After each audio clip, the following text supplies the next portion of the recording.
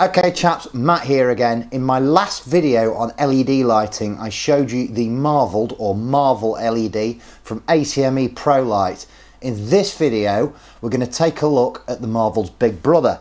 This is the Imposi LED from the same manufacturer. So we'll do exactly the same again. I'm going to pause the camera and we'll take a closer look at it. Okay, so what we're looking at again is the Imposi LED from Acme PROLIGHT. This is obviously the back of the unit. You can see here it's very similar to its little brother, the Marvel LED, which I showed you in a previous video. Again, with this unit they use the LED display to control the DMX address of the light, or if you've linked it to another light using your DMX output there, you can set whether this unit is either the master unit or one of the slave units. Like most of the PROLIGHT lights, there's a jack input there again, with which you can plug in a CA8 lighting controller, which will give you basic control operation over this unit. You can put it in standby or strobe it. Again, you've got your microphone there for the sound to light operation, the LED display and the controls. You can also use that to set which show mode you want this light to run through with the sound to light operation. It gives you various different pattern chasers essentially. One other thing with this light I do particularly like is you've actually, aside from the fact you've got a power input, you've got a power output, so you can actually link this to another one of these lights, therefore reducing the amount of plugs or plug sockets you need on your truss bar. Okay, I'll just flip the light over.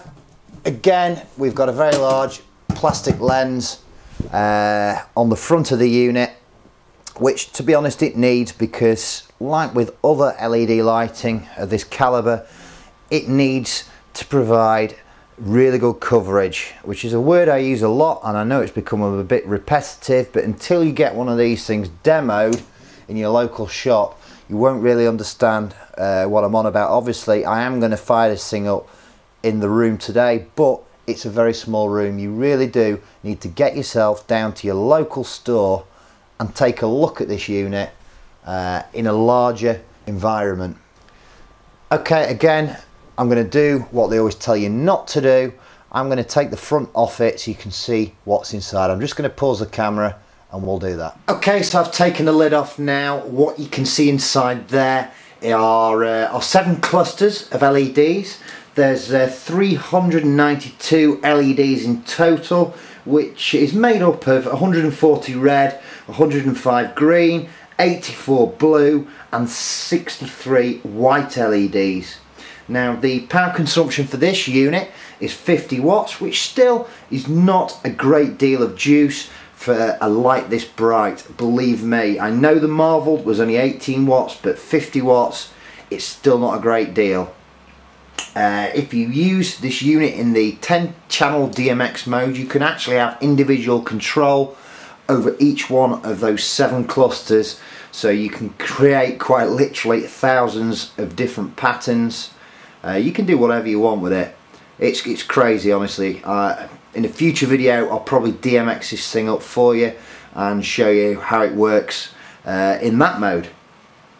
Okay, I'm going to put the lid back on, stick some music on, probably a bit of disco music, because I always think that the patterns produced by the Imposi LED light replicate really the kind of lighting that was used in the 70s and early 80s. Anyway, I'll just pause the video now, I'll show you that.